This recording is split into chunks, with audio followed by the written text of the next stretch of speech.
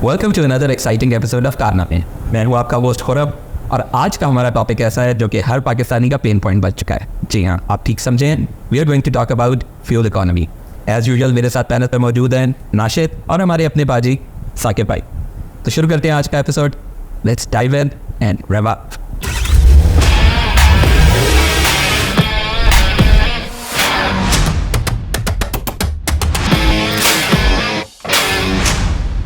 साकिब भाई, I start with you. पिछले 20 साल के अंदर हमने तकरीबन देखा है कि हमारी कार की इकोनॉमी से जो एक्सपेक्टेशन है उसमें एक प्रॉपर किस्म का पैराडाइम शिफ्ट आया। आपकी वही कर्टस और मेहरान अगर आपको 10, 11, 12 दिया करती थी तो it used to make us very happy. अब हमारी कर्टस 2021, 22 वाली जो है वो अगर हमें 18, 20 से कम दे रही हो तो हम परेशान हो जाते हैं। क्या चीज़ डिफरेंट हुई है इन पिछले 20 सालों में जिसमें इकोनॉमी से एक्सपेक्टेशन इतनी बढ़ गई है हमारी? ये जिन गाड़ियों का आप नाम ले रहे हैं उसमें Mehran used to be a carbureted engine. Cultus में भी 2008 में पहली दफ़ा EF आया था और मेहरान में भी ख्याल इसी टाइम पे कुछ टाइम के लिए शायद 2013 में कुछ टाइम के बाद। तो ये सबसे बड़ा तो ये शिफ्ट सर, क्योंकि कार्बोरेटेड इंजन जो होता है वो नॉन फीडबैक टाइप इंजन होता है कि जितना इंजन ने वैक्यूम प्रोड्यूस किया उस वैक्यूम को फिल करने के लिए एयर और फ्यूल का एक मिक्सचर है जो कि सिलेंडर में पहुंचेगा और वो बर्न हो जाएगा। वो ज़्यादा भी हो सकता है, कभी ज़्यादा गलत। उसमें फ्यूल रेगुलेशन बहुत कम उसमें, और अगर आपने मैनुअली उसको ट्यून करना है, एडजस्ट करना है, मिक्सर सेट करना है, बहुत से पैरामीटर्स सारे आपने खुद करने होते थे। ठीक है, तो ये उसके बाद EF जो होता था उसमें रेगुलेशन, अब लेवल ऑफ रेगुलेशन चेंज हो सकती है कि जी आपको एग्जॉस्ट का फीडबैक आ रहा है, आपको स्पार्क का कोई ना कोई फीडबैक आ रहा है कि किस टाइम पे स्पार्क हो रहा है, टाइमिंग कंट्रोल, इन चीज़ सेंसर किसी न किसी सेंसर से। ये EFI का कॉन्सेप्ट है कि आपके पास एक कंप्यूटर है, उस कंप्यूटर के पास इंजन की मेजर इनपुट्स आ रही हैं और वो कंप्यूटर के पास एल्गोरिथम और वो डिसाइड कर रहा है कि अब कितना फ्यूल थ्रो करना है, कितनी देर के लिए थ्रो करना है इंजेक्टर्स के थ्रू। और दूसरा फर्क ये है कि फ्यूल इंजेक्शन होता है उसमें, इसीलिए EFI कहते हैं। तो EFI गाड़ी में इंजेक्टर ज़रूर होंगे, कार्बोरेटर वाली गाड़ी में इंजेक्टर में आपकी वो चीज़ नहीं होती, वो मिक्सर जो है इनटेक में शामिल होता है और वही से एंड थ्रो के बाद होता है। ये सबसे बड़ी चेंज थी। फिर अगर हम 20 साल की बात करते हैं और 20 करने वाली कर्टस और 10 करने वाली कर्टस, उसमें फ़र्क यही है बेसिकली कि शुरू का जो EFI होता था उसके पास बहुत कम इनपुट्स हैं। लेट से एग्जॉस्ट से कोई इनपुट नहीं आ रहा। ये अगर आप जिस तरह 2000 की सिटी के बारे में बात कर लें और जी, बल्कि शुरू में ऐसे ही है। पाकिस्तान में ज़्यादातर मैन्युफैक्चरर्स ने थोड़ा level of feedback for some reason कम ही रखा होता है कि आपको ऑक्सीजन सेंसर्स जो हैं वो बहुत बाद में नज़र आने शुरू हो गए गाड़ियों में। ठीक है, अगर होंगे तो सिंगल वायर होगा, सिर्फ एक ही तरीके से काम करेगा, तो ऐसा ऐसा चीज़ों में चेंजेस आएंगे। ठीक है, ये आपको नाशिद वैसे मेरे से बहुत बेहतर बता सकेगा, मैं एक्सपीरियंस से बताऊँ। तो ये है वो मेन फ़र्क है फ्रॉम कार्बोरेटर टू EFI। पहला बहुत बड़ा फ़र्क, EFI के अंदर आप कितने पैरामीटर्स को जज करके फ्यूल का मिक्सचर डिसाइड कर रहे हैं और वो फ्यूल जो इंजेक्टर से सिलेंडर्स में थ्रो कर रहे हैं, इससे आप इकोनॉमी जितना प्रिसाइज हो जाएंगे उतना इकोनॉमी बेहतर ऑप्टिमाइज कर सकते हैं। Nashid, do you want to add anything to it? नहीं, इन्होंने मेजरली तो सारी बातें ठीक ही गई हैं, ऐसे ही हुआ है। अगर कुछ गलत भी करा नहीं, मैं डिटेल में अगर जाऊँ ना तो क्या एक इंजन का जो फ्यूलिंग सिस्टम होता है वो क्या करता है, उसमें उसने फ्यूल मीटरिंग करनी होती है। फ्यूल मीटरिंग क्या है कि एट एनी गिवन टाइम कितना फ्यूल मैंने ऐड करना है। इसके बाद और भी चीज़ें कंट्रोल होती हैं, स्पार्क, इग्निशन, टाइमिंग, ये हुए। लेकिन अब पहले कार्बोरेटर में होता था, जैसे उन्होंने कहा कि उसमें आपको स्क्रूज वगैरह से टाइट करना होता था, उसमें वो वैक्यूम देखता था, वो आपका थ्रॉटल का देखता था, एडवांस वैक्यूम ही होता था बेसिकली। तो उसमें इतना कंट्रोल नहीं होता था। जिस तरह दुनिया में इलेक्ट्रॉनिक्स ने हर चीज़ को रेवोल्यूशनाइज़ किया ना पिछले 20-25 सालों में, तो इसमें भी हो सही है। अब इसमें यह हुआ है कि एक तो इंट्रोडक्शन ऑफ EFI पाकिस्तान में तकरीबन में 90s में आई थी, कुछ गाड़ियाँ आई थी जिनमें ये बात। अच्छा, उसके बाद over the period of time advancement in electronics, यानी कि अब जो लोग कंप्यूटर्स को जानते हैं, एक ज़माने में 386 होता था जो कि 90s में होता था, उसकी क्या प्रोसेसिंग पावर होती थी, और अब एक बहुत बेसिक सी स्मार्ट वॉच क्या एक कैलकुलेटर से ज़्यादा पावर। एग्जैक्टली सेम हुआ है उसमें गाड़ियों में। एक कंप्यूटर है जिसको हम ECU कहते हैं, वो बेसिकली कंट्रोल कर रहा है। इट इज़ टेकिंग इनपुट्स, जैसे इन्होंने कहा असली सेंसर्स है, इट इज़ डूइंग कैलकुलेशंस और amount of calculation that can do पर मिनट और समथिंग लाइक दैट, और उसके बाद it is changing the few और कंट्रोल्स। अच्छा, अब ये बहुत एडवांस हो गया है तो वो ज़्यादा कैलकुलेशंस कर सकता है, ज़्यादा एडवांस चल सकता है। By advance I don't mean timing advance, उस पर भी आता होगा। अब सेंसर, जैसे उन्होंने कहा, अब सेंसर्स की क्वांटिटी इंक्रीज होना शुरू होगी बहुत ज़्यादा। मैं थोड़ा सा टेक्निकल एग्जांपल दूंगा जिसको इस चीज़ का थोड़ा सा नॉलेज है वो समझ सकेंगे। पहले सिर्फ क्रैंक एंगल सेंसर होता था, सही है। अब कैम एंगल सेंसर्स भी इस लेवल के हैं कि the ECU can figure out basically एक साइकिल में वो किस जगह है, तो it can also figure out कि कितनी नॉक हो रही है। मैं आपको एग्जांपल देता हूँ। अच्छा, और फ्यूल इकोनॉमी की बेहतर हुई, टाइमिंग एडवांस करना ज़्यादा पॉसिबल हो गया। क्यों पॉसिबल हो गया? नॉक सेंसर आ गए, अब वो ज़्यादा लिमिट पे चल सकता है and it can figure out when the knock is happening, उसको कितना टाइम को रिटार्ड करे। ये एक चीज़ करते हैं। पिछले 4-5 सालों पे एक और चीज़ आई है जो फ़र्क आई है, वो ये हुआ है कि आपने देखा होगा कि पेट्रोल गाड़ियों में टर्बो चार्ज गाड़ी, टर्बो चार्ज गाड़ियों की वजह से क्या हुआ, इंजन की डाउन साइजिंग।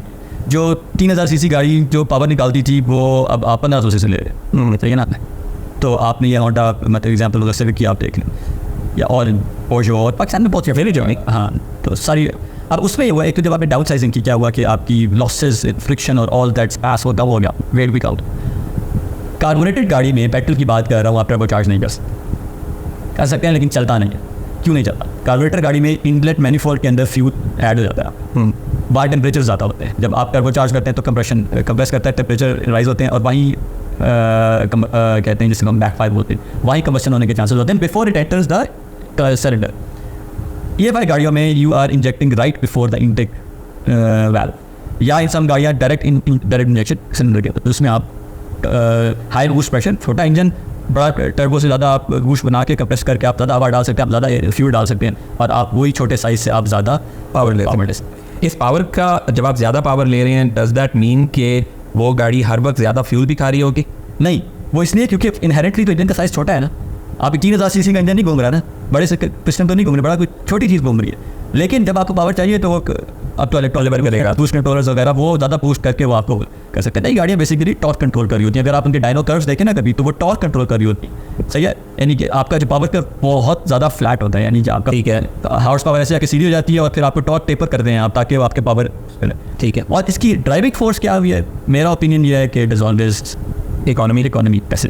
फ्यूल महंगा होता जा रहा है, जब महंगा होता जा रहा है तो लोग इससे ज़्यादा they want to make that 1 litre go further, तो जिसकी वजह से अब जो मैन्युफैक्चरर्स हैं उनका कॉम्पिटिशन ये वो। पाकिस्तान में थोड़ा सा हम लोग क्योंकि हमें इतने बाकी पे जो तो हम उससे बाद में आएंगे एमिशन वगैरह इसकी बात वो भी आती हैं, लेकिन ये बेसिकली फाइनेंशियल मेरा ओपिनियन ये कि फाइनेंशियल जो फैक्टर है, I think it is a very important factor as well. आज की फ्यूल की प्राइस इज़ अराउंड 275 रुपीज़। अगर आपकी 10 करने वाली गाड़ी 12 किलोमीटर पर लीटर करना शुरू करते हैं तो दैट्स अ 20% गेन, क्योंकि एसेंशली इसका मतलब ये है कि आपको 275 वाला फ्यूल जो है वो शायद 225 के अंदर पड़ रहा है, कि आपको 225 रुपये लीटर पड़ रहा है। अगर आप 20% अपनी गाड़ी की या 2 किलोमीटर पर लीटर एक 10 किलोमीटर वाली गाड़ी की अगर आप फ्यूल इकोनॉमी इंप्रूव कर सकते हैं, तो considering that's a major difference. हम 5 रुपये फ्यूल की प्राइस बढ़ती है तो हम शोर में जाते हैं, तो आप इधर 50% कह रहा हूँ 50 रुपीज़ पर लीटर आप इधर सस्ता पेट्रोल ले सकते हैं अगर आप गाड़ी आपको एक बेहतर इकोनॉमी दे रही है।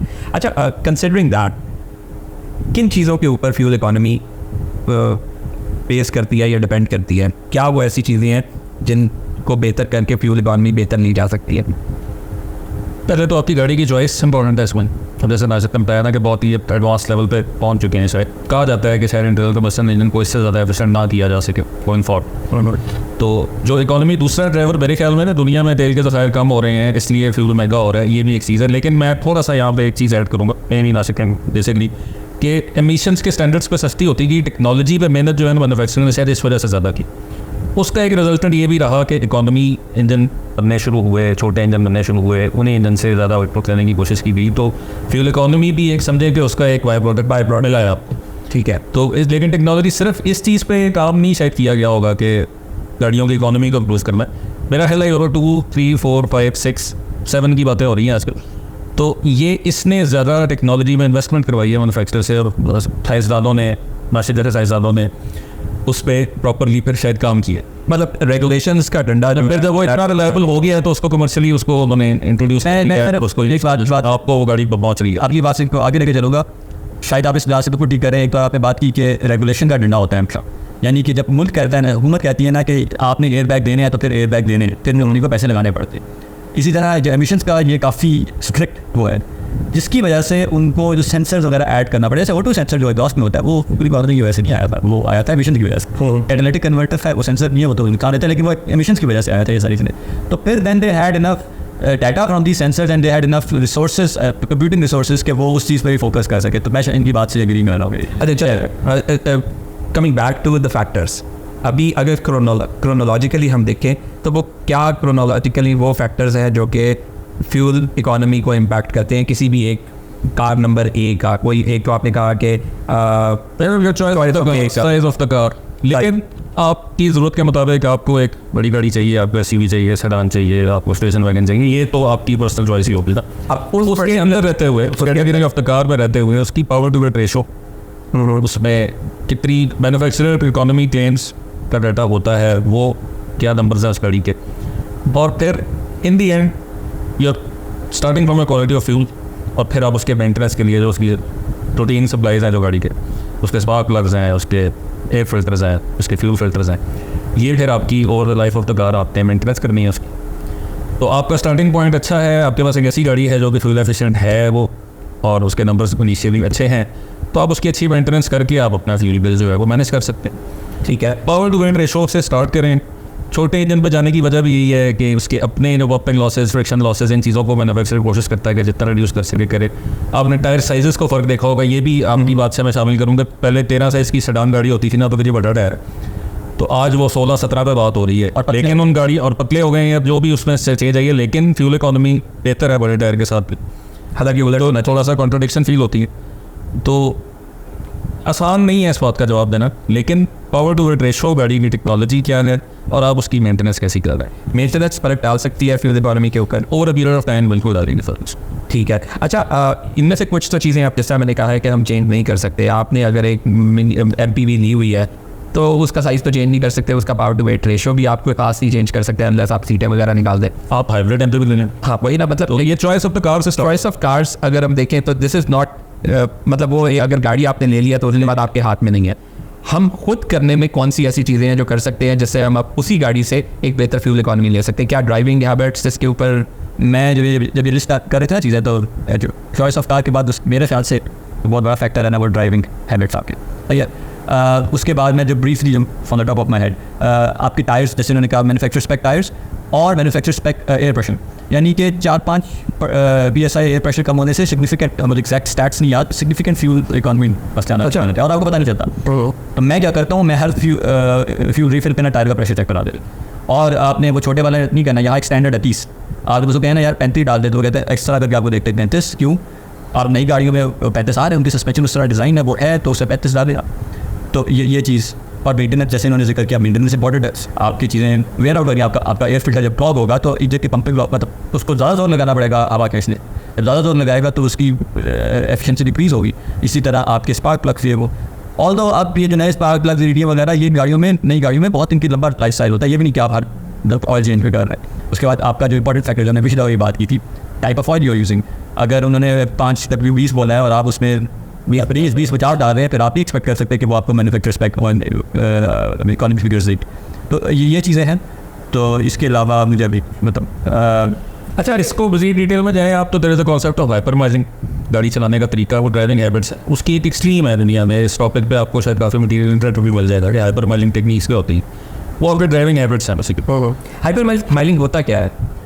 जितना हम ज़्यादा मैं पता है, कोई एज सच कोई ऑफिशियल चीज़ नहीं है कि ये इस वक्त जो कहते हैं वो ये है कि when you are able to get more mileage compare to what manufacture है। अच्छा, ये तो उस बात में आपकी किसी करोला में उन्होंने कहा जी 20 देगी, ऐसे पाकिस्तान में तो मैंने माइलेज फिगर्स देती है, कंपनियाँ देती है, मेरा नहीं ख्याल देती है।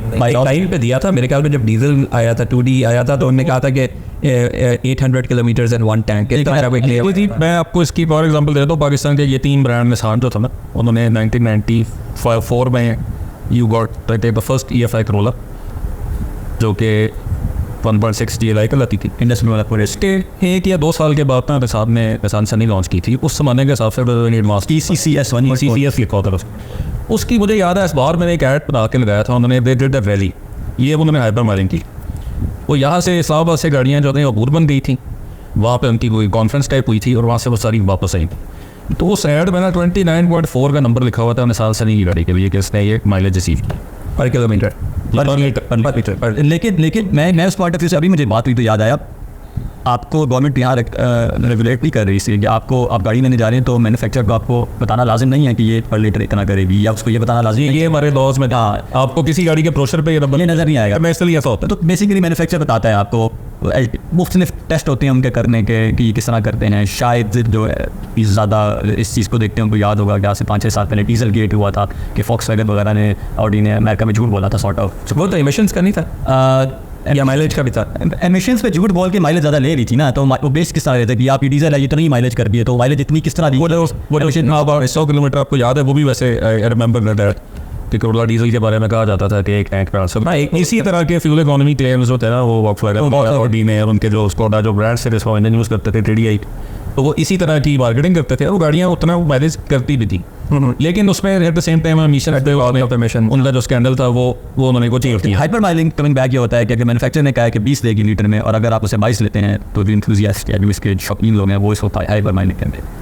ठीक है, पर कैसे की जाती है? What are the some of the habits? आपने हैबिट्स की बात की कि अपने ड्राइविंग स्टाइल को इम्प्रूव करके हम बेहतर माइलेज दे सकते हैं। हाइपर माइलिंग की तरफ नहीं जाते, लेकिन कौन से ऐसे हेल्दी ड्राइविंग स्टाइल्स हैं जिनको इम्प्लीमेंट करके हम बहुत ज़्यादा मेहनत किए बगैर या बहुत ज़्यादा हाइपर माइलिंग फ्रीक बने बगैर हमें कुछ इंप्रूवमेंट लेके आ सकते हैं अपनी ड्राइविंग स्टाइल्स में? जो उन्होंने डिस्कस कर लिया कि ऑयल के एयर प्रेशर्स ऑफ ऑयल वगैरह तो सही हो, उसके बाद सडन एक्सेलरेशन और सडन डिसलेशन से ग्रेस किया जाए। यानी कि अगर स्पीड लिमिट 6 शहर के 60 है तो आपने ये नहीं करना कि मैंने रेड लाइन करते हुए 60, जो कोई नहीं करता। लेकिन अच्छा, उसके बाद अगर मैं ये मेन चीज़ है, अगर आपको पता चल गया है कि आपने रुकना है तो आप थोड़ा सा कोशिश कर लें।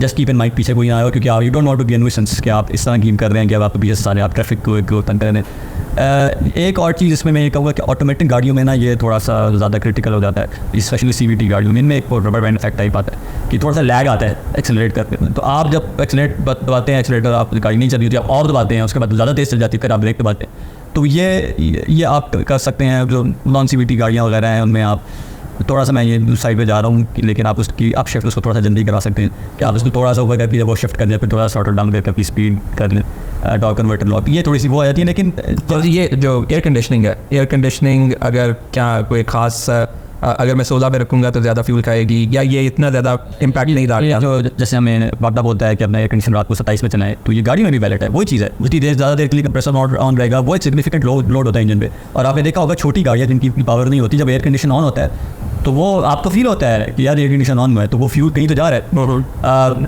16 तो मैं नहीं कहूँगा 16 पे तो मतलब नहीं, लेकिन अगर क्लाइमेट कंट्रोल वाली गाड़ियाँ, मैं यूजुअली तौर पर 24-25 रखता हूँ, रीजनेबल इनफ होता है। दूसरा, शीशे नीचे करके गाड़ी ना चलाएं, ड्रैग बढ़ती है। बल्कि 70 क्रॉस ओवर पॉइंट है, मुझे एक्जैक्टली याद है। उसके बाद अगर आप AC चलाएं तो that is more fuel efficient then putting your better down. ठीक है, क्या ये जो मोटरवे पे हमें लगता है नहीं गाड़ी आप वैसे चेक खोले हुए हैं? नहीं, वो AC खराब होता है बेसिकली, या मतलब लेन में उनके होता है कि शायद क्योंकि उस पर तो ये चीज़ें हैं। AC वैसे कितना डालता है फर्क? मतलब इन नॉर्मल 1300-1600 सीसी गाड़ी 1-2 किलोमीटर पर लीटर का फर्क गाड़ी होगी उतना कम अफेक्ट डालेगा जितना बड़ा इंजन हो। इतना बड़ा इंजन, ठीक है।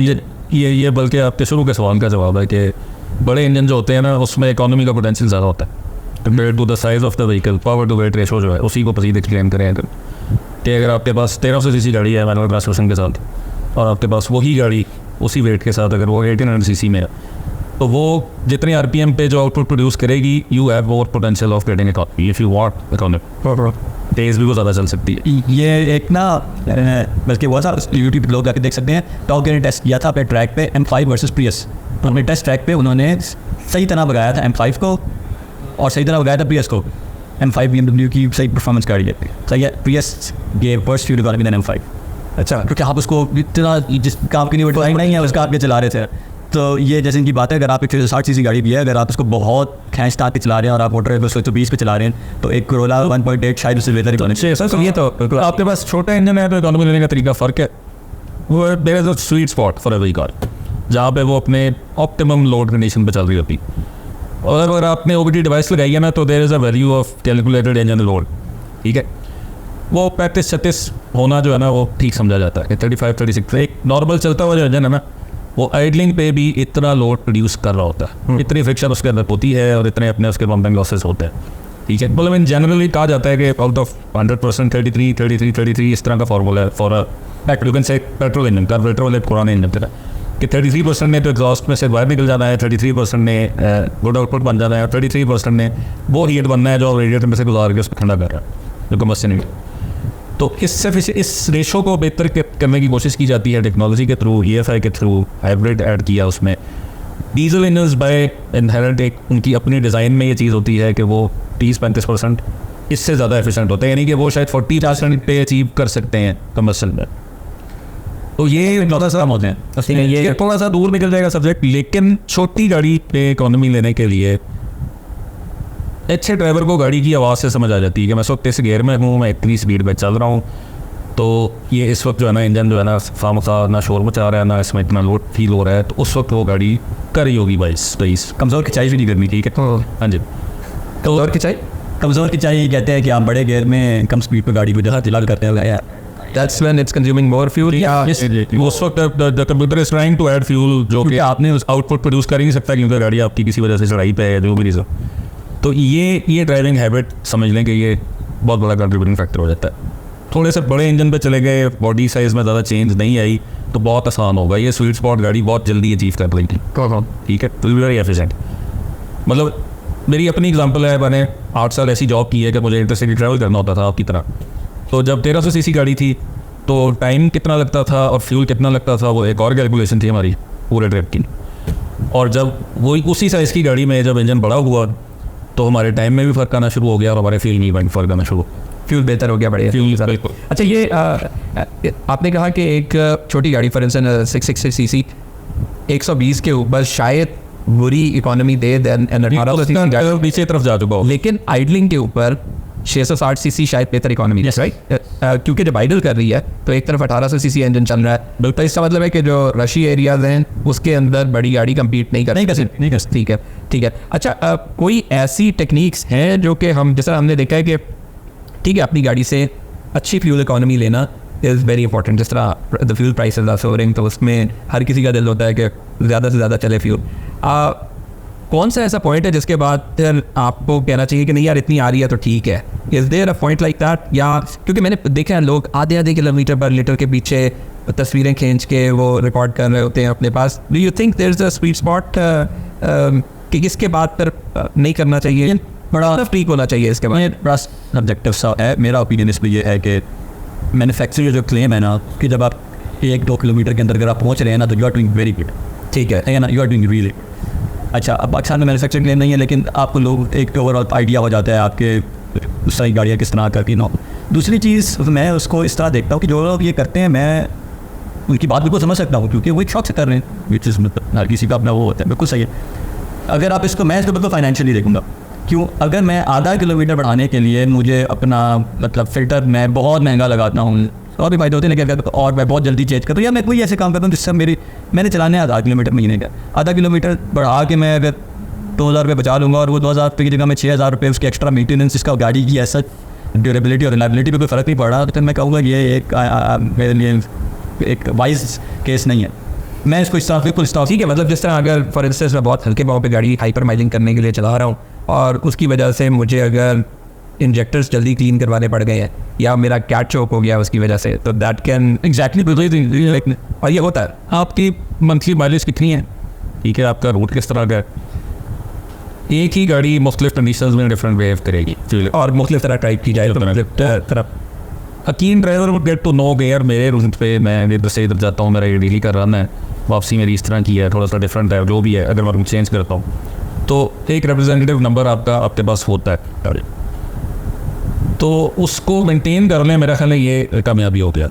ठीक है। तो रेफरेंस पॉइंट बंदा देख ले, रेफरेंस पॉइंट आपके यूजेज पे डिपेंड करता है, ठीक है। एक रेंटेकार का फ्लीट ऑपरेटर जो है जिसको पता है कि यार इत्थों निकल के मोटर पे जाना है, वो और तरह बात करेगा, ठीक है, और राजा बाजार के अंदर फिरने वाला बंदा जो है वो और तरह बात करेगा, तो there can not be one answer to this. मेरे ख्याल में हम थोड़ी सी अपने व्यूअर्स की हेल्प करने की कोशिश करेंगे। By the end of this show we will try putting some reference points of the commonly available cars. They are not going to be मतलब बहुत हार्ड एंड फास्ट किस्म का नहीं, लेकिन देयर एक गुड एंड बैड एग्जांपल्स बिल्कुल work करना, तो हम एक रेफरेंस पॉइंट मुख्तलिफ गाड़ियों का देने की कोशिश करेंगे by the end of the show, और उससे मेरे ख्याल में हेल्प हो कि रेफरेंस पॉइंट जो कि अभी हमें बहुत सब्जेक्टिव लग रहा है, ड्राइविंग हैबिट्स जो है वो चेंज करके हम बेहतर फ्यूल इकोनॉमी ले सकते हैं। फिर हम अगर कार को प्रॉपर्ली मेंटेन करें तो हम बेहतर फ्यूल इकोनॉमी ले सकते हैं। मेरे ख्याल में let's take a step back और हम इस चीज़ पे जाते हैं कि एक कॉमन आदमी, पहली बात तो ये कि वो कैसे जज कर सकता है कि उसकी फ्यूल इकोनॉमी कितनी है, उसकी गाड़ी उसे कितना फ्यूल इकोनॉमी दे रही है। क्या वो जो मीटर के ऊपर रीडिंग आ रही है इज़ इट ट्रस्टवर्थी, या कोई मैनुअल तरीका है जिससे वो अपनी फ्यूल इकोनॉमी को फॉलो कर सकता है या बेहतर तरीके से कैलकुलेट कर सकता है? क्या कोई ऐसे ये नई गाड़ियों में तो it should be pretty accurate कि नहीं, इतनी नहीं? मीटर के ऊपर आती है आपकी दो आती हैं कि इंस्टेंटेनियस फ्यूल कंजम्पशन और एवरेज फ्यूल कंजम्पशन। तो जो इंस्टेंटेनियस फ्यूल कंजम्पशन है ना, वो तो आप उसके लिए जा सकते हैं। वो ये है कि इस वक्त आपको कितना दे रही है, उससे आप अपने ड्राइविंग हैबिट्स थोड़े चेंज कर सकते हैं, लेकिन वो आप मुझे नहीं बता सकती कि आपकी गाड़ी एक्जैक्टली लॉन्ग टर्म में कितना दे रही है। एवरेज ये होता है कि ओवर सर्टेन डिस्टेंस वो ऐड आउट होती रहती है। अब इसमें भी 2-3 तरह की आती है। एक कुछ होती है क्योंकि फ्यूल रिफिल के बाद होती है अपने आप को रीसेट कर देती है और कुछ नहीं करती। तो ये थोड़ा ट्रिकी हो जाता है कि आपकी गाड़ी क्या करती है क्या नहीं करती। मुझे मेरा ख्याल है कि ज़्यादातर एवरेज वाली हैं वो ऐसे करती हैं कि बस ओवरऑल ऐड करती रहती है जब तक आप उसके अपने ऑटोमीटर को रीसेट नहीं कर दें। तो वो एक रीजनेबली गुड होता है। दूसरा जो मेरे ओपिनियन से मैं आपको बताऊंगा कि बेस्ट क्या है और एक प्रैक्टिकल क्या है। बेस्ट ये है कि आप फ्यूल रिफिल करें। आपने जाके फ्यूल टैंक फुल कराया, आपने माइलेज लिखी और आपने देखा कितने लीटर आए, उसके बाद आपने दूसरी दफ़ा, तीसरी दफ़ा, चौथी दफ़ा, अब जो आपके पास डेटा आना शुरू होगा ना वो काफ़ी एक्यूरेट होगा। सही है। वो एक अगर किसी मतलब वो सब एरर्स वाला तकरीबन निकाल देते हैं। अच्छा, इसके अंदर ही आई थिंक राइट नाउ काफ़ी ऐसी ऐप्स भी बन गई हैं जो कि बजाय लिखने के ये काम आपकी खुद ही करता है। आप उसके अंदर सिर्फ ये डालते हैं कि कितना फ्यूल डला है और मेरी रीडिंग कितनी है, आप पूरा ट्रेंड दे देते और वो आपका पूरा वाकई ट्रेंड बन जाता है और काफ़ी हेल्पफुल होता है। मैं यूज़ कर रहा हूँ उनमें। मेरे ख्याल में आपको बजट करने में भी बहुत आसानी रहती है कि आपको पता लग जाता है कि अगर मैंने इस्लामाबाद टू लाहौर का एक ट्रिप लगाना है तो how much is it going to cost me in term. और उसमें एक एडिट बेनिफिट याद है कि उनमें यूजुअली तौर पे मेंटेनेंस के भी इंटरवल्स होते हैं। आपने ऑयल चेंज कराया, आपने लिख दिया कि 5,000 अगला करवाना है, तो 5,000 जब होगा जब उसको आप फिल्म में डालेंगे तो बता देगा यार आपने ऑयल चेंज टायर्स कब चेंज कराया, ये फिल्टर एक उसमें एक आपको एक्जैक्टली पर किलोमीटर कॉस्ट भी आ जाती है आपकी गाड़ी पे। It's not only fuel, it's oil बहुत महंगा है, टायर्स ये वो मतलब सब कुछ। टायर अगर आप देखें तो एटलीस्ट 2-3 रुपये पर किलोमीटर पड़ता है टायर। बिल्कुल सही है आजकल की प्राइसेस के हिसाब से। और मेरे ख्याल में हमें इस तरह की जो कुछ ऐप्स हैं जो कि हमने कोई ट्राई टेस्ट की हुई हैं उनके लिंक्स हम अपने डिस्क्रिप्शन में डाल देंगे। दूसरा, अब अगर आप इतना ज़्यादा कीन नहीं होना चाहते तो बस वही है कि आपका अगर एक जनरल बंदा दफ्तर जाता है या उसकी जो सोशल ऑब्लिगेशन है वो एक जनरली तौर पे +-10-15-20% के अंदर ही होती है। ये कहने का मकसद ये है कि अगर वो महीने के 1000 किलोमीटर चलाता है तो वो महीने के जनरली तौर पे 1000 या 1100-1200 से चलाता होगा। वो ये नहीं हो जाएगा कि एक महीना 1000 और एक महीना 6000, जनरली स्पीकिंग बात कर रहा हूँ। तो अगर उसमें आप कह रहे हैं यार फ्यूल प्राइस चेंज नहीं, अगर मेरा पहले 10,000 का फ्यूल लगता था, मेरा 15 का लग गया, तो फ़र्क है। इसी में मैं कहूँगा कि एक जनरल मेरा अपना आइडिया कि +-20% हो जाए तो मसला इतना नहीं है, क्योंकि वो ये भी हो सकता है कि आप राजा बाज़ार किसी ट्रेन के भी फंस गए थे या कि आपके बच्चों ने कहीं अंदर गए में आप बाहर रिश्ते आके बैठ गए थे, तो वो चीज़ें मैटर करती हैं। वैसे कहने का मकसद यह है कि 20% +-20% अगर आप एक्सपेंस में फ़र्क नहीं आ रहा और आपकी ड्राइविंग जनरली सेम है तो आपको इतनी परेशानी होने की ज़रूरत नहीं है। अगर 10-30% हो गया है फिर आप देखें, फिर आप नोट करना शुरू करें, फिर आपको फिगर आउट करना पड़ेगा कि क्या मसला है। ठीक। और एक ये तो जनरल ट्रेंड है। और फिर आप ये देखेंगे कि यार क्यों हुआ, क्या चीज़ आपने चेंज की थी गाड़ी में। सही है। अगर तो एक सर्टन किसी इंसिडेंट के बाद आपकी गाड़ी का फ्यूल कंजम्पशन बढ़ गई है तो दैट इज़ अ केस, क्योंकि और तो कोई वजह नहीं हो सकती। आपने कोई मैकेनिक के पास जाके कोई चीज़ करवाई है, उसके बाद आपकी फ्यूल कंजम्पशन बढ़ गई है और सिग्निफिकेंट बढ़ गई है, तो आप कहेंगे यार ये वजह।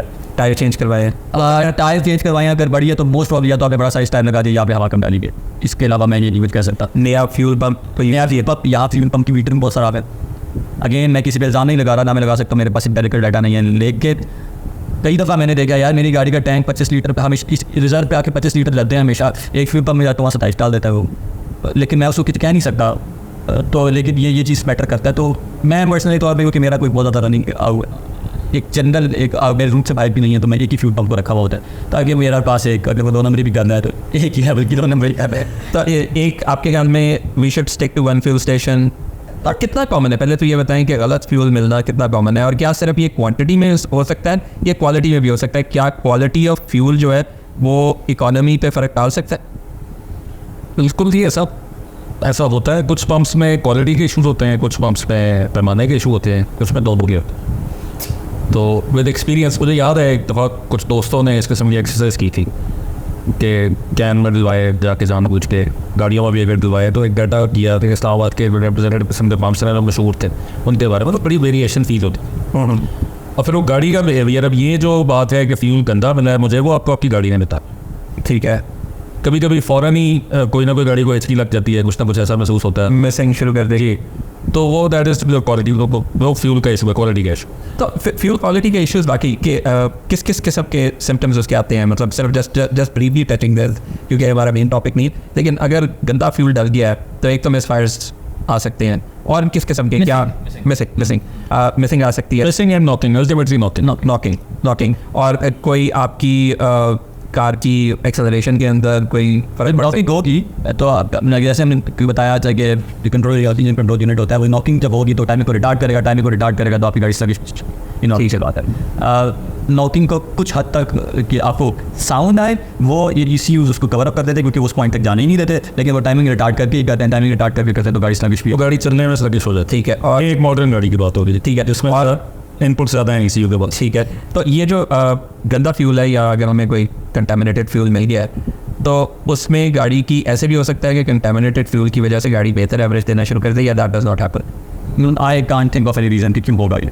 सही जनरली बुरी ही वही होती है ना, कंटामिनेटेड में क्या पानी आ जाएगा, पानी मिक्स नहीं होता है, लेकिन पानी एक साथ डाल लेंगे उससे तो बहुत ही नुकसान होगा, या डीजल के साथ पानी आ सकता है, वो उसमें हो जाता है और उससे भी नुकसान होता है, या फिर ज़्यादातर ये बेसिकली जो कंटामिनेशन होती है ना, मेरा अपना ये ख्याल है कि वो कोई मेलिस इन्वॉल्व नहीं होता है, यानी कोई वो जानबूझ के नहीं वो कर रहे होते, वही होता है पुराने टैंक्स हो गए, रस्टी टैंक्स हो गए, ट्रांसफर के वक्त गंदे पाइप, या वो अगर आप बहुत बदकिस्मत है स्मगलिंग का फ्यूल आपको मिल गया तो वो बहुत खराब होता है। लेकिन अगर मैंने से इन्वॉल्व हो भी ना तो आपको तो नहीं पता ना कि किस केमिकल को मिला के हमने क्या बनाया हो, तो वो और दूसरी चीज़ ये कि एक और चीज़ मैं ब्रीफली बात करूँगा, फ्यूल की एक्सपायरी डेट भी होती है। मैं ये नहीं कह सकता कि ये फ्यूल की इतनी एक्सपायरी डेट है, इनके अंदर ऑर्गेनिक पार्टिकल्स होते हैं, कंटेंट होता है, तो वो बेसिकली फंगस करना शुरू हो जाती है फ्यूल के अंदर। आप अगर 2 साल पुराना पेट्रोल यूज़ करेंगे आपकी गाड़ी सही नहीं चलेगी, बेसिक करेगी, तो सही है।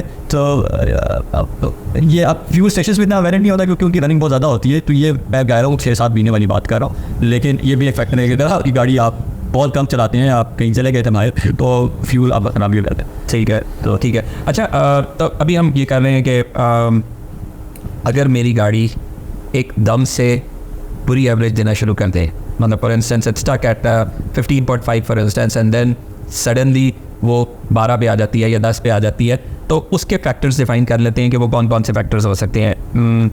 ये बुरा फ्यूल उसका फैक्टर हो सकता है कि अगर मेरे साथ फर्स्ट थिंग टू चेक कि क्वालिटी ऑफ फ्यूल जो है वो चेंज किया था आपने, पंप चेंज किया था, ठीक है। क्वांटिटी ऑफ फ्यूल तो मेरे ख्याल में ऑब्वियस एक फैक्टर है कि वो उसके अंदर अगर थोड़ा पेट्रोल डाला है तो ऑब्वियसली वो हुआ है। क्या कोई इंजन के ट्यूनअप्स ऐसे हो सकते हैं या इंजन का कोई काम ऐसा हो सकता है जो मैंने करवाया हो, जनरल अगर मैंने थ्रॉटल बॉडी फॉर इंस्टेंस साफ़ करवाई है तो उसके बाद से एकदम से मुझे बुरी बिल्कुल हो सकता है। आपने कोई भी मेंटेनेंस का काम कराया, उसके बाद आपकी फ्यूल इंजन चेंज हुई है, तो उस मेंटेनेंस के काम पे आप सबसे पहले देखेंगे। कोई भी इंसिडेंट ऐसा हुआ ना, पंप चेंज किया या इसके बाद फिल्टर अच्छा नहीं लगा था, टोटल बॉडी क्लीन अप हो गया, अगर उसको लड़ने की ज़रूरत थी तो नहीं हुई थी, या कुछ स्पार्क प्लग का गैप उससे मदद करने, कोई भी ऐसी चीज़। पर ये कॉमन होते हैं, ये बहुत कॉमन, ये बड़ी कॉमन सी बात है कि एयर फ्लो मीटरिंग आजकल तकरीबन हर गाड़ी में होगी। मॉडर्न गाड़ी में एक मैप सेंसर की रीडिंग होती है, इंपॉर्टेंट रीडिंग होती है कि कितना वैक्यूम प्रोड्यूस कर रहे हैं इंजन से।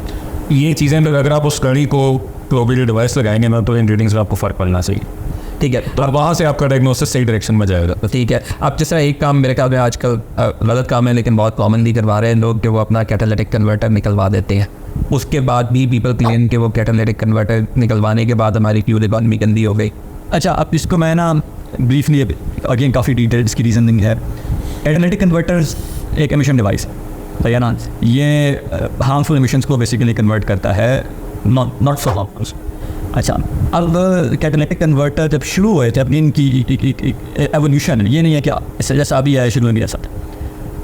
पुरानी गाड़ियाँ, रिलेटिवली पुरानी गाड़ियाँ, मैं 2010-2015 की बात नहीं है, 2010 से 2005 से 2015-16 तक की गाड़ियाँ नहीं, इम्पोर्टेड की बात कर रहा हूँ, पाकिस्तानी प्रेमियम आती उनके अगर आप कैटालिटिक कन्वर्टर निकाल दें तो उनको नहीं पता चलेगा, उनमें इतने सेंसिंग एलिमेंट नहीं रहेंगे या फीडबैक नहीं है। एक मॉडर्न गाड़ी जो इम्पोर्टेड हो उसमें अगर आप निकालेंगे तो वो आपको एनर्जी दे देगी और उसकी फ्यूल कंजप्शन बहुत खराब मिलेगी, खराब वो किसी और मोड में चली जाएगी, उसको पता चल जाएगा कि यार मेरे साथ कुछ हुआ है।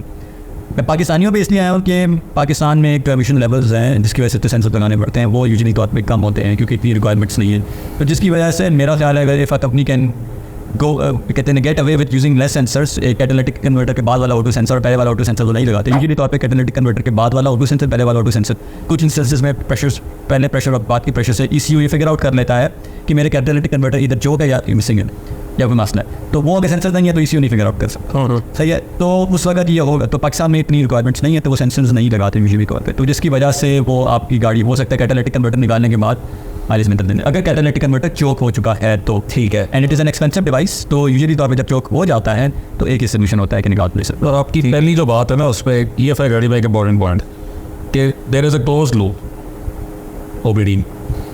तो क्लोज लूप सिस्टम का मतलब ये है कि इस वक्त मुझे हर इनपुट मिल रही है, वो मुझे मिलनी चाहिए और वो मुझे मेरे जो पैरामीटर्स हैं प्लस एंड माइनस जो रेगुलेशन है उसके अंदर मिल रही, उस वक्त आपका ECU क्लोज लूप को परफॉर्म करे।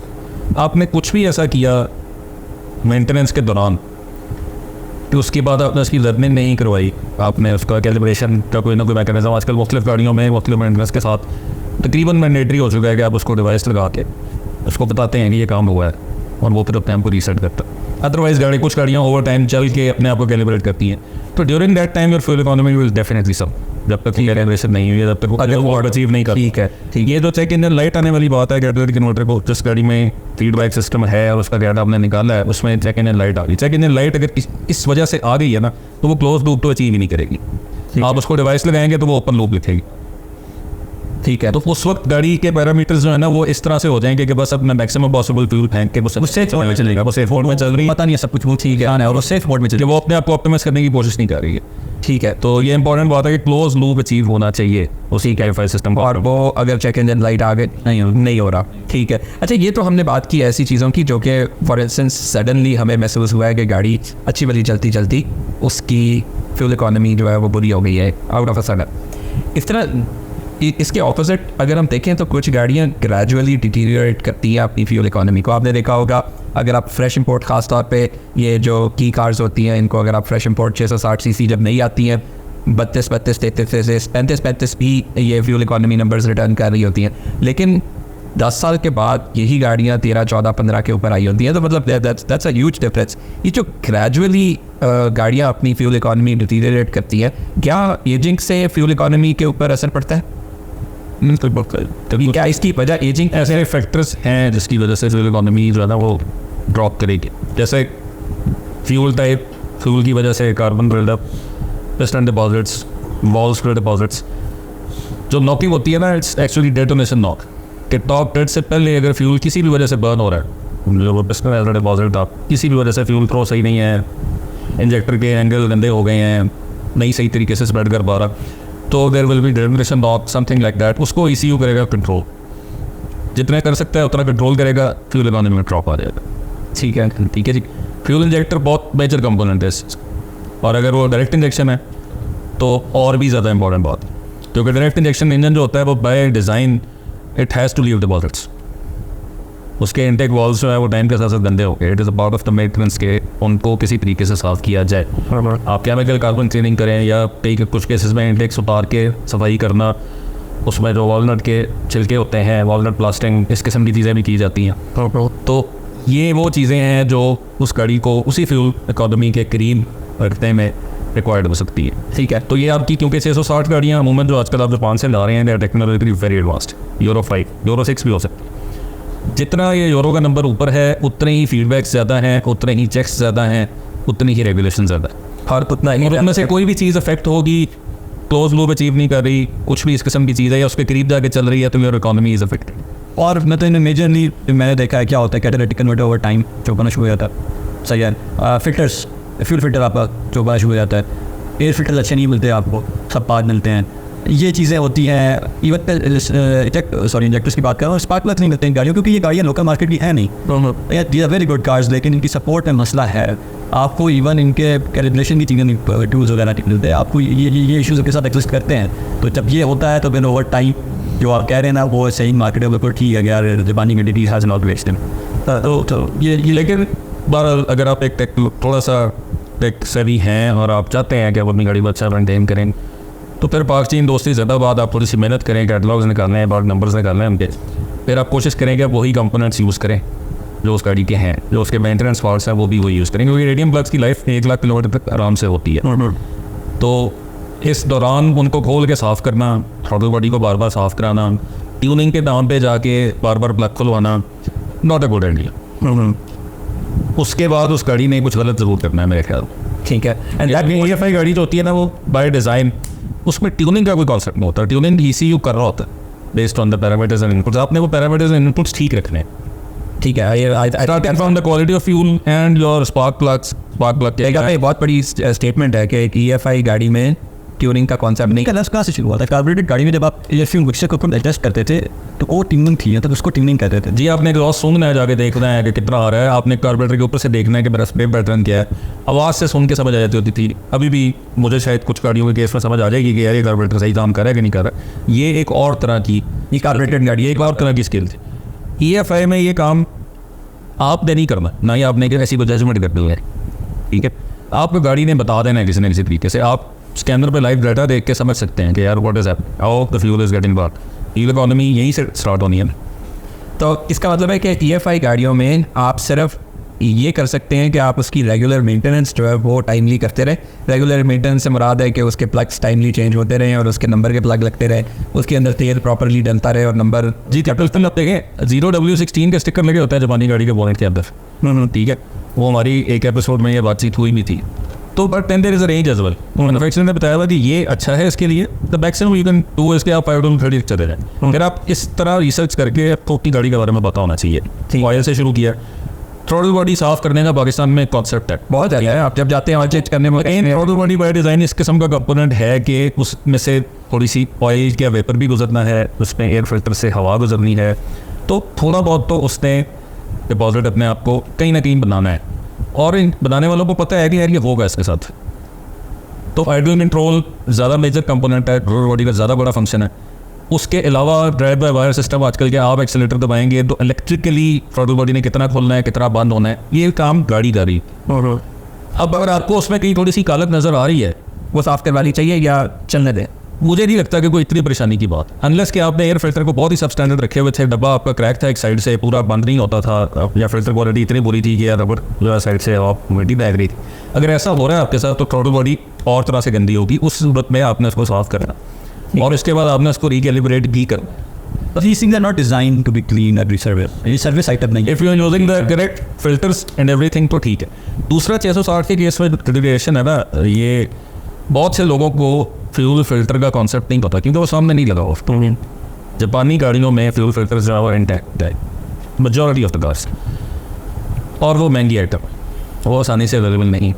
Even for a car like Corolla civic, ये इन टैंक ही होते हैं आजकल बन साहब, उसका भी एक सर्विस इंटरवल है। आप उसको मिस करेंगे, फ्यूल डिलीवरी सिस्टम उस तरीके से डेवलप नहीं करेगा, फ्यूल सप्लाई में मसले आएंगे। अब एक अच्छा बंदा देख के गाड़ी का डाटा देख के बता देगा कि यार it has a problem the fuel delivery, उसको एड्रेस कर देंगे। वो फ्यूल फिल्टर भी हो सकता है। फ्यूल फिल्टर आप ज़्यादा देर तक आप उसका अगर चौक रखेंगे ना, अल्टीमेटली तब will get affected, over heat होगा, उतना फ्लो बना नहीं सकेगा जितना उसको बनाना है। तो 58 PSI पर चलने वाली गाड़ी अगर ऐसा ऐसा अपने आपको 50 पे ले आएगी तो वो उतनी फ्यूल इकॉनमी नहीं हो सकती है। ठीक है। अच्छा, ये जो अभी आपने बात की है फ्यूल फिल्टर की, फ्यूल फिल्टर कितना इंटरवल होता है? मतलब इज इट लाइक 10,000 किलोमीटर्स या 100,000 किलोमीटर्स? कितना जनरली होता है? यू कैन से 80,000 किलोमीटर से जापानीज कार्स। 80,000 किलोमीटर्स के ऊपर फ्यूल फिल्टर चेंज कर देना चाहिए या निकाल के देखना चाहिए कि साफ है या गंदा है? निकाल के देखना भी सकते हैं, बाकी पाकिस्तान की फ्यूल पर डिपेंड करता है। अगर आप देखने वाली बात देखें, इट्स अ प्लास्टिक कंपोनेंट, आप उसमें क्या देखेंगे? आप उसका वेट अंदाज़ा लगा सकते हैं। मतलब habitually I do this my self कि मेरे पास एक डीजल गाड़ी है, वो कम चलती है ना, तो वो जो फंगस वाली बात थी ना, वो फंगस जो है ना वो उसके डीजल फिल्टर को हैवी कर देते हैं ओवर टाइम, ठीक है। तो मुझे चेंज करते हुए पता चलता है कि यार इसमें कुछ आया तो है।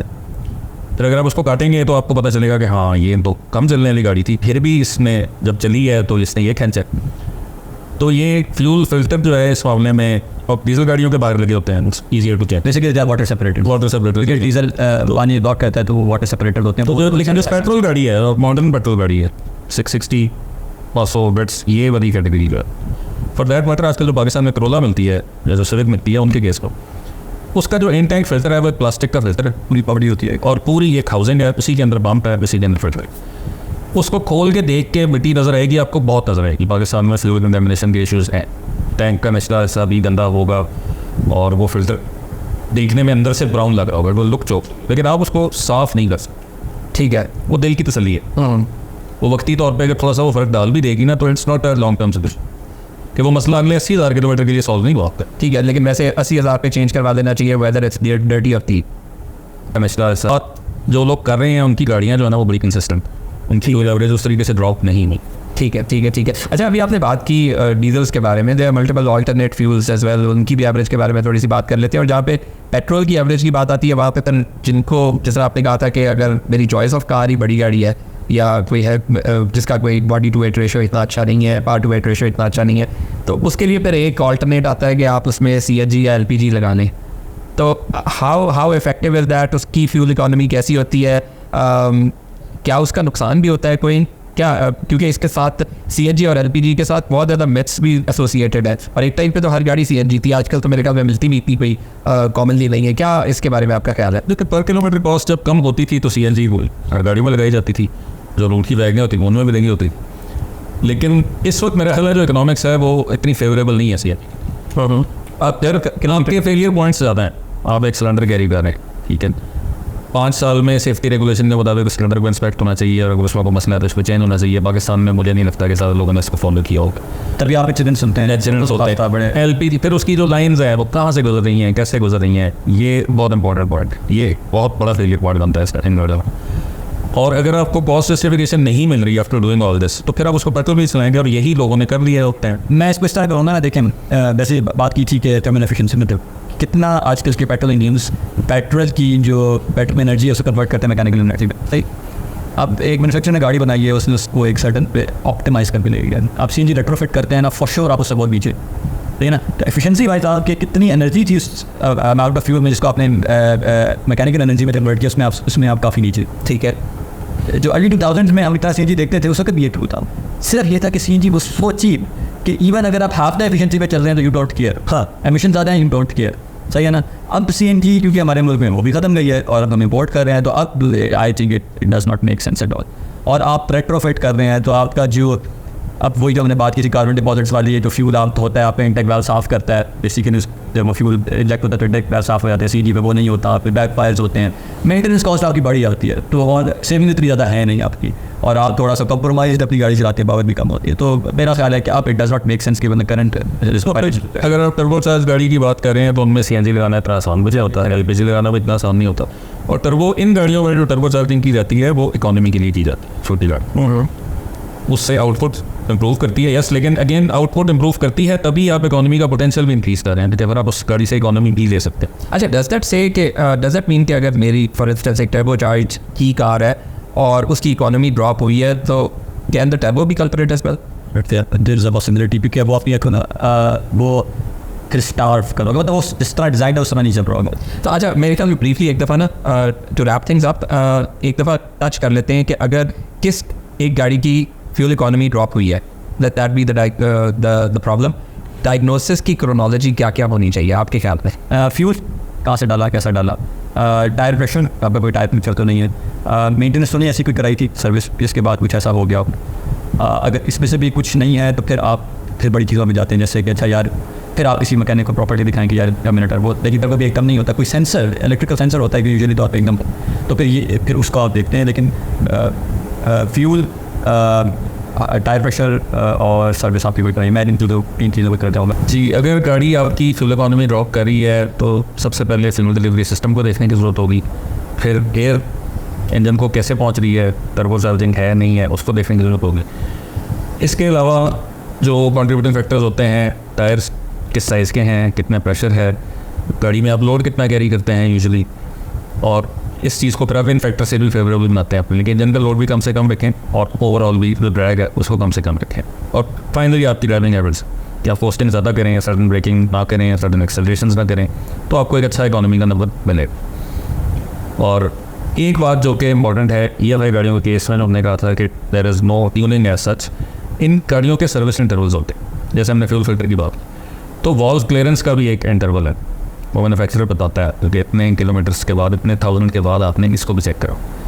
तो अगर आप उस रूटीन को फॉलो कर रहे हैं और वो सर्विसेज परफॉर्म कर रहे हैं, तो आपकी गाड़ी will stay in the optimum range, it should stay in the optimum range. ठीक है, तो इट्स नॉट ट्यूनिंग पर से, इट्स जनरल मेंटेनेंस, ये सर्विसिंग के अंदर आ जाती है ये तो। ठीक है, अच्छा, हमने ऑल्टरनेट फ्यूल्स के ऊपर हम बात कर रहे हैं, तो let's touch the topic of diesel as well. Diesel 2D एक टाइम पे आया करती थी, बहुत अच्छी फ्यूल इकोनॉमी, जैसा मैंने आपको बताया, ऐड आया करती थी कि 800 किलोमीटर्स पर फ्यूल टैंक। तो क्या ये diesel engines are they inherently made to achieve better fuel economy, या क्या वजह है कि क्यों बेहतर देते हैं फ्यूल इकोनॉमी?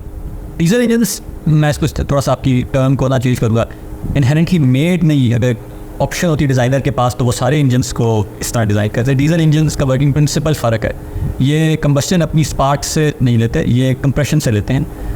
इनमें वाइड ओपन थ्रॉटल हर वक्त होता है, थ्रॉटल बॉडी नहीं होती जिसकी वजह से पंपिंग लॉसेस कम होते हैं, कंप्रेशन रेशो ज़्यादा होती है जिसकी वजह से एफिशिएंसी बेहतर होती है। तो जो हमने जिक्र किया था कि पेट्रोल इंजन में तकरीबन जो 33% हमने कहा था कि जो केमिकल एनर्जी है जो मैकेनिकल में कन्वर्ट हो सकती है वो डीजल इंजन में ज़्यादा होती है। सही है, डीजल इंजन क्यों इतने कॉमन नहीं है? एक तो अब ये एमिशंस का मसला कि उसमें जो सूट होता है, जो छोटे पार्टिकल्स होते हैं, वो अब रिसर्च कहती है कि नुकसानदेह है। दूसरा, diesel engines are expensive to make and maintain इस तरह के अब जो नए मॉडर्न DFI डीजल इंजन्स हैं वो they are expensive to maintain compare to similar petrol engines. इसीलिए अब आप देखेंगे कि बड़ी महंगी गाड़ी यूजुअली तौर पे ऑफ रोडर्स, लैंड क्रूजर्स वगैरह वगैरह में डीजल इंजन्स आते हैं। तो ये मैं ऐसा कहूँगा कि they by design they are more fuel efficient. Design ज़्यादा फ्यूल एफिशिएंट है। लेकिन आपने कहा कि वो एक्सपेंसिव टू मेंटेन है, क्या ये वजह इसकी है कि उसकी मेंटेनेंस इंटरवल्स जल्दी आते हैं या उसके अंदर कोई ऐसी चीज़ें डलती हैं जो कि ज़्यादा, या do they break up? High stressed engine है ज़्यादा, सही है ना। एक्सपेंसिव टू मेक का ब्लॉक ज़्यादा मजबूत होगा, उस पर मेटल, मतलब मैं बहुत लो लेवल पे जाके बात कर रहा हूँ। उनमें कैट कन्वर्टर्स भी होंगे, अब उनको एमिशंस में लाने के लिए उनमें DPFs भी होंगे, उनमें बहुत सी, अब तो एड ब्लू एक लिक्विड भी डालना पड़ता है फ्यूल के साथ, भी उसके एमिशंस को नीचे लाते हैं। तो एक पॉइंट आता है कि एक छोटी गाड़ी में it does not make sense to have all the systems और आप एक डीजल इंजन डालें। और diesel engine again by design, क्योंकि वो उसकी कंबस्चन इस तरह किया है कि वो ज़्यादा नॉइजी, ज़्यादा रेटली, ज़्यादा कुछ होते हैं। अगर आप छोटी शैसी में वो डालेंगे फिर आपको मसले भी होते हैं और किस्म के, आपको उसकी कूलिंग ज़्यादा करनी पड़ती है, आपको इस तरह की बहुत सी चीज़ें ऐड करनी पड़ती हैं जो कि गाड़ी की कॉस्ट को बहुत ज़्यादा बढ़ा देती है। और अब petrol engine have came so far specifically with hybrid से हम बात करेंगे कि वो उसकी जो अगेन जो थर्मल एफिशिएंसी है ना, जो एनर्जी कन्वर्जन एफिशिएंसी है, उसको ऑन पार विद डीजल ले गए। ठीक है। और ये जो डीजल के जिस तरह स्पेशली द जर्मन डीजल्स, जितने ओनर मैंने देखे हैं वो सब शिकायत कर रहे होते हैं कि डीजल में पानी आ गया या वाटर फिल्टर, ये क्या चीज़ होती है, क्या प्रॉब्लम है? लोकल डीजल के अंदर ये होता है, because I have never seen anyone abroad talking about this. ये यहाँ पे ही क्यों बात होती है इसकी? ये देखिए, हमारी जितनी भी बसेज हैं, हमारी पाकिस्तान रेलवे है, ये डीजल फ्यूल आपका ज़्यादा इस्तेमाल होता है पाकिस्तान में, आपके ट्रैक्टर्स में यूज़ होता है। तो गाड़ियों में इनकी सेंस ऐसे नसीब कह रहे हैं तो अब नहीं बनती, क्योंकि क्लीन डीजल का जो कॉन्सेप्ट है ना, एक जो 20 साल से आपने बात शुरू की थी, तो 20 साल पहले यूरोप में बहुत सारी डीजल गाड़ियाँ होती, परसेंटेज में बहुत ज़्यादा थी किसी भी साइज़ की गाड़ी में। आज भी इंडिया में आपको कई गाड़ियों में डीजल इंजन मिलते हैं और एवरी साइज़, स्विफ्ट में डीजल रहा है, और शायद अभी भी होगा। हर गाड़ी में वो डीजल इंजन रखते हैं क्योंकि बाय कंबस्टन नेचर इस किस्म की है कि वो एफिशिएंट तो होते हैं। 2000 सीसी जो टूली वाली मिसाल है कि 2000 सीसी डीजल इंजन अगर 1 लीटर में 16 बहुत आराम से करता है, तो उसी टाइम का जो 2000 सीसी पेट्रोल इंजन होता था वो 8 बहुत मुश्किल से करता है। तो ये फ़र्क इसको लेके काफ़ी अर्से तक चले, यूरो 2, यूरो 3, 4, 5, इसमें 3 डीजल की जो रिक्वायरमेंट थी कि एमिशंस जो है वो, मुझे एक नंबर याद है, शायद गलत हो, लेकिन यदि 0.5 अगर अचीव करना होता था पेट्रोल गाड़ी ने, तो डीजल के लिए उन्होंने 0.8 कर दिया। अब वो कह रहे हैं कि नहीं, इसको पेट्रोल के बराबर लेके आए, बराबर लाने की कोशिश करते हैं, तो उसमें मजीद कंपोनेंट्स ऐड हो जाएंगे, एड ब्लू, DPF, रीजनरेटिव फलाना, ये सब कुछ इस किस्म की कई कॉम्प्लेक्स सिस्टम्स गाड़ी में डल जाएंगे, कॉस्ट भी बढ़ जाएगी, एंड हर चीज़ के मेंटेनेंस इंटरवल्स। अब एड ब्लू जो है वो इतना रिस्ट्रिक्टिव है कि वो गाड़ी आपको मैसेज देगी और वो उसके बाद वो नो स्टार्ट सिचुएशन में जा सकती है, वो मतलब अगर सही टाइम पर एड ब्लू ऐड नहीं करें। तो ये चीज़ें जो है ना, ये कॉमन यूज़र के लिए आसान नहीं होगी, कॉस्ट भी बढ़ जाएगी, एड ब्लू सस्ता लिक्विड नहीं होगा पाकिस्तान में इस वक्त। तो डीजल अपने टाइम पे जिस वक्त कॉमन था, 2.0 डी आपको हर जगह पर नज़र आती थी, उस वक्त सेंस बनाता था, और वो एक बहुत ही एग्रीकल्चरल नेचर का इंजन था, there was hardly anything to go wrong. पानी आने वाली जो बात है आपकी, ये बाय नेचर डीजल टैंक्स हैं, अंडरग्राउंड हैं पाकिस्तान में, ज़्यादातर टैंक्स में नीचे ही होना है, तो कहीं से सेम जा रही है, आहिस्ता आहिस्ता क्रोजन हो गई, क्रैक हो गया, बारिश हुई, पानी आ गया, इस किस्म का टैंक में डैमेजेशन इस किस्म की हो जाएगी। और पानी वाला जो मॉडर्न डीजल इंजन में से अगर इंजेक्टर्स वहाँ तक पानी पहुँच गया ना, तो डिजास्टर, वेरी एक्सपेंसिव। मैं ऐसा कहूँगा कि diesel fuel by nature as a chemical it can absorb water. अगर आप डीजल एक कैन में डालें और उसमें पानी डालें, उसको हिलाएं, तो कुछ कंटेंट ऑफ वाटर वो अपने अंदर मिक्स कर लेगा। पेट्रोल बाय डिज़ाइन नहीं करेगा। तो इट इज़ वेरी ईजी। अब फ्यूल टैंक है, जैसे नहीं कह रहे हैं, जो पेट्रोल पंप्स के नीचे होते हैं, उसमें पानी अगर आ जाए, और आता है थोड़ा बहुत पानी हैवी होता है, वो नीचे बैठ जाता है, पेट्रोल ऊपर रहता है, सही है। डीजल में वो पानी आएगा और पानी थोड़ा सा मिक्स हो जाएगा और it will and up in your fuel tank, which will and up in your, इसीलिए उसमें डीप वाटर सेपरेटर्स होते हैं। और वो जैसे उन्होंने बात की कि हाई प्रेशर पंप्स होते हैं, उसमें अगर पानी आ गया वो फिर एक बहुत लंबी कहानी है। ठीक है। और ये जो डीजल, इसका मतलब है कि if somebody has a, for instance, 2D, or if I have a choice between Land Cruiser with a 3-liter diesel engine or a 3.5-liter petrol engine, तो इस टाइम पे would the petrol be a safer option, या बड़े engines में फ़र्क नहीं पड़ता? नहीं पड़ता है फर्क। जैसे generation of engine matters a lot. अगर 1 के Z 3,000 सीसी है ना, तो रेजिलियंट, वो पानी वाला डीजल भी किसी हद तक चला सकते होंगे।